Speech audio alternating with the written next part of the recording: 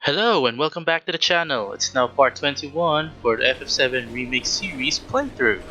One new change I'll be implementing from this video onwards is that I'll be fast forwarding all the really tedious walk times, especially on dungeon chapters like this. I'll still be fully exploring the maps, so expect the full content in a shorter form. What I won't be fast forwarding are the battles that we'll be encountering, because they are much more important than merely exploring the map. When the time comes, remember, we just gotta follow the nose. What? Stamp's nose. We look for graffiti, then head in whichever direction its nose points. But pay attention to railway signals too. You see blue lights, go in the right way. Now, if I'm not mistaken, you'll only be battling two drones here.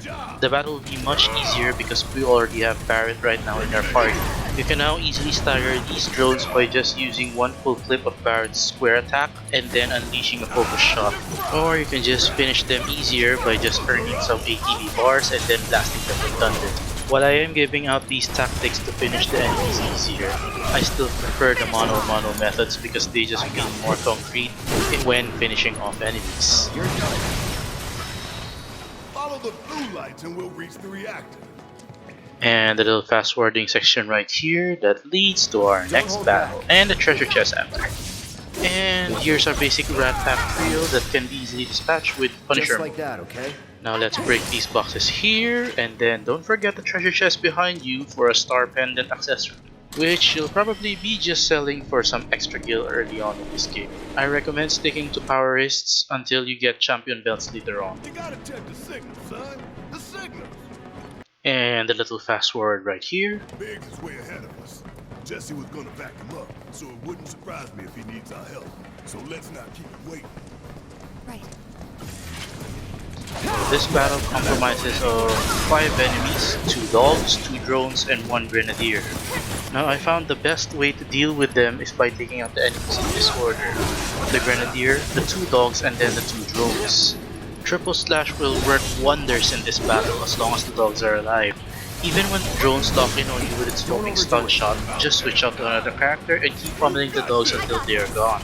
It is very much ideal to switch out to another character when the first character you were using gets hit with a stun shot, because that means the drones cool down and that gives you an opportunity to hit them more to pressure them. This particular battle was very lucky for me because the drones didn't fly as high as they usually do, and that's why I managed to kill them first before the dogs. So yeah, sometimes even if you know the battle No strategies, surprises there. the AI just gives you a free kill. Don't forget the side area right here. There are some boxes to destroy inside, and the treasure chest with a baller of ether inside. Remember to break the boxes outside as you pass by them, and prepare to use Punisher mode a lot, especially thanks to the new enemy that's going to be introduced. There's one. And because the story says so, you have to follow Barret up there.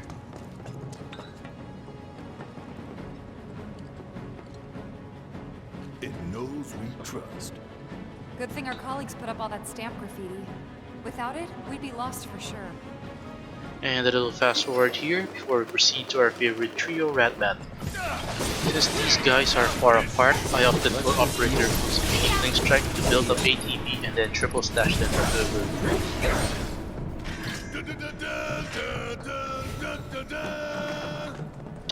Thank you, John Eric Bentley, for that really bad rendition of that. Which is funny bad, not bad bad. What's that? Nothing good. Guys? I think it might be a nest. All kinds of creepy crawlies make themselves at home lately. Then get messed up even more by the Mako. Mako did this? No, not Mako. And this is why I love Punisher mode here. 1 counter and 1 triple slash only leaves a new mob alive.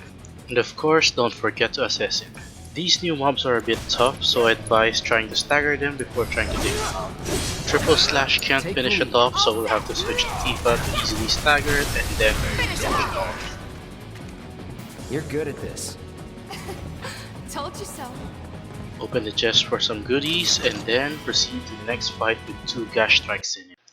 For some reason, the 3rd strike of the triple slash always seems to pressure them, Here we go. so make sure to take advantage of that. I just noticed this now, but Cloud's Punisher mode seems like he's trying to imitate Sephiroth's katana swinging style? I don't know. So as you can see, that's twice in a row that the third hit, triple slash, always seems to pressure. A very unusual weakness for him, which is highly appreciated.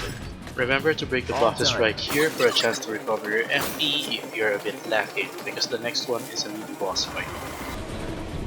More of them? What is this, a science experiment?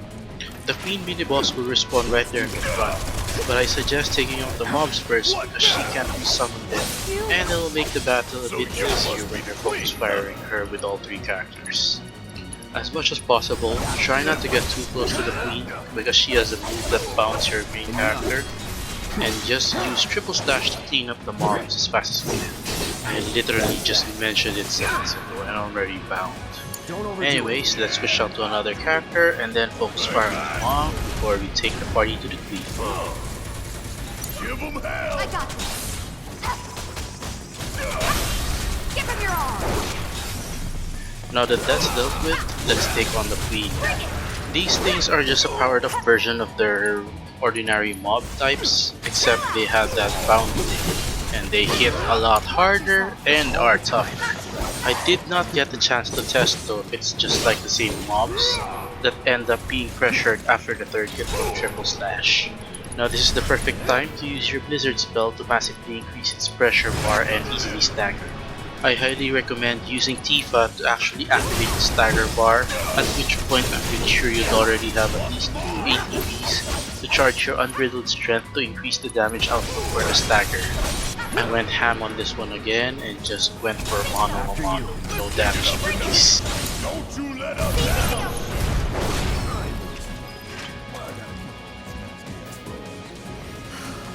Those things really creep me out. The train's gonna get derailed by them one of these days. Shinra should do something. After an accident, they will. When it's too late then. Utilize the rest spot over there if your MP is a bit lacking, and don't forget the treasure chest on the way. Yeah, good old Stan. Check his nose. This isn't bad, you know? Yeah, they really captured the essence of corporate propaganda. Check it out. I guess Shinra's doing something about those monsters after all.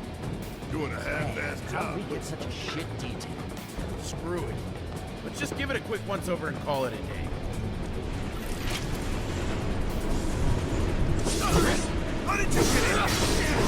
It's those three terrorists from the train! Don't follow my footsteps here and trying to engage the flame trooper early. Not like that! Take out the security guards first because they are much more squishier and they deal damage over time compared to the flame trooper that you can dodge. There's nothing really going on with these security officers, it's just that the number of them causes a lot of damage when they simultaneously fire on the same guy. There's no escape. Now that the guards are gone, try to circle back around the flame trooper and keep switching to get him to no boost until you blow up his backpack. Use Barret to instantly finish him off when he's about 40% HP. That battle is a bit of a pain in the ass if you don't know how to dodge. Alright, let's figure out where the hell we are.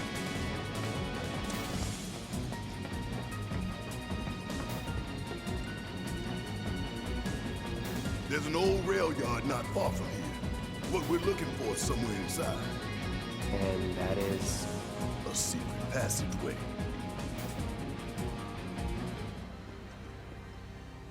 We've compiled our report on Avalanche's combat capabilities and our...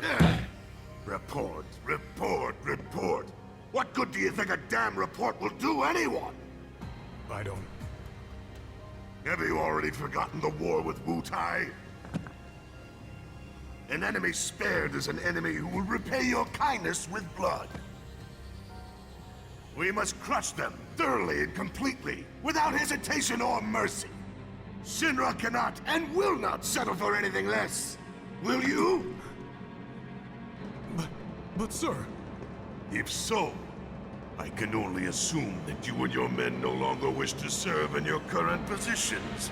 Is that correct?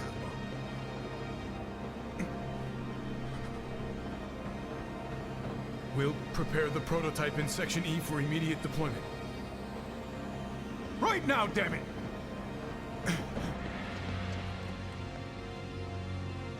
Another day, another victory. How do I do it?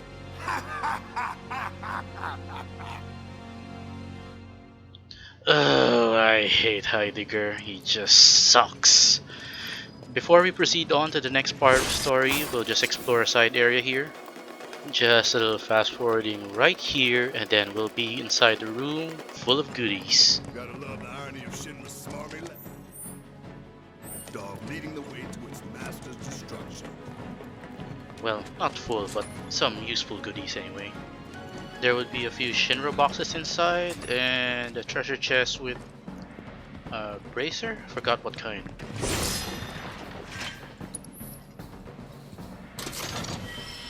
Right, leather bracer. So yeah, equip that one because it's an extra added defense as well. A few security officers will magically respawn as you head out of the door. Intruders! This one's gonna be a no-brainer, so just stick operator. That's that. Keep it together. A little fast forward before Barret complains about You Stamp. really don't like Stamp, do you, Barret? It's not that I hate it. I hate the fact that Shinra took a loyal animal like that and co-opted it for their own self-serving agenda. Poor old Stamp. Think you're making progress, and then you hit a wall. Knock it down. You're starting to sound like Barret. Never mind. It's a good plan. Hey, hold up. This way. Security is a lot tighter than I thought it would be. If they want to stand between us and the rail yard, that's their choice. The very first and most concrete advice I can give about this battle is be very generous with using your magic here. Have your party equip lightning materials and fire materials. Have the fire equipped ones focus fire on the flame troopers first because they are much more squishier compared to the missile launchers. But they are much more adaptable because they can move fast and rotate their flames. So as you just saw, sticking to the missile launcher constantly while trying to kill the flame troopers ends up with you being touched away with the electric barrier. Try to keep the fights with the flame troopers behind the enemy missile launchers, so as to avoid their line of fire, because the missile launcher shots can easily kill you when both of them focus fire on you. It takes roughly 3 level 1 thunder magics to stagger these missile launchers, so be very liberal about it when everyone gains an ATB bar. This fight is gonna end really bad for anyone that's playing and still haven't practiced constantly switching between characters in fights. And that's about it for the battle advice for this battle. Just keep on your toes and keep switching in between characters to avoid getting killed. Too late. It is very painful to watch my own fights like this. I keep getting the proper battle advice, but while I play through I always tend to forget. Well played, past me, well played. You just didn't want to dodge that electric barrier, didn't you?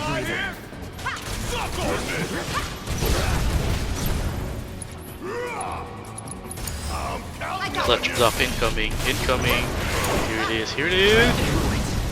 No getting through that game. Let's take the stairs. I personally don't recommend healing up anymore because there's a rest spot nearby, but we'll just have to go through here on the left first to get some items before we rest up.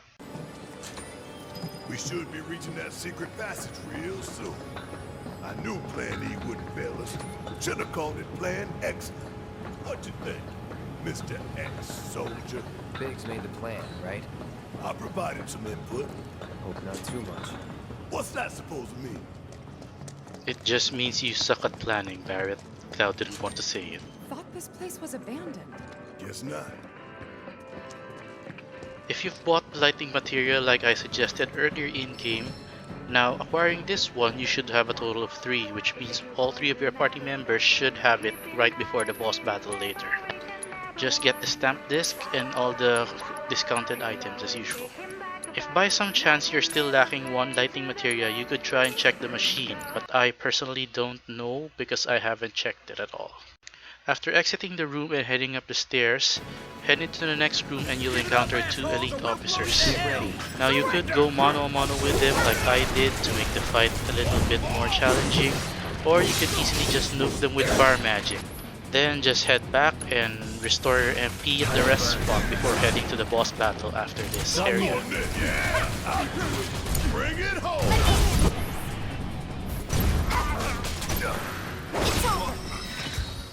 I could have done that on my own. Sure you could. Don't forget about these boxes, because they could still yield Moogle medals out of nowhere. So many guards. Too many. And that's about it for this video. Thank you guys for watching, hope you enjoyed, and please don't forget to like and subscribe. See you in the next part, and adios!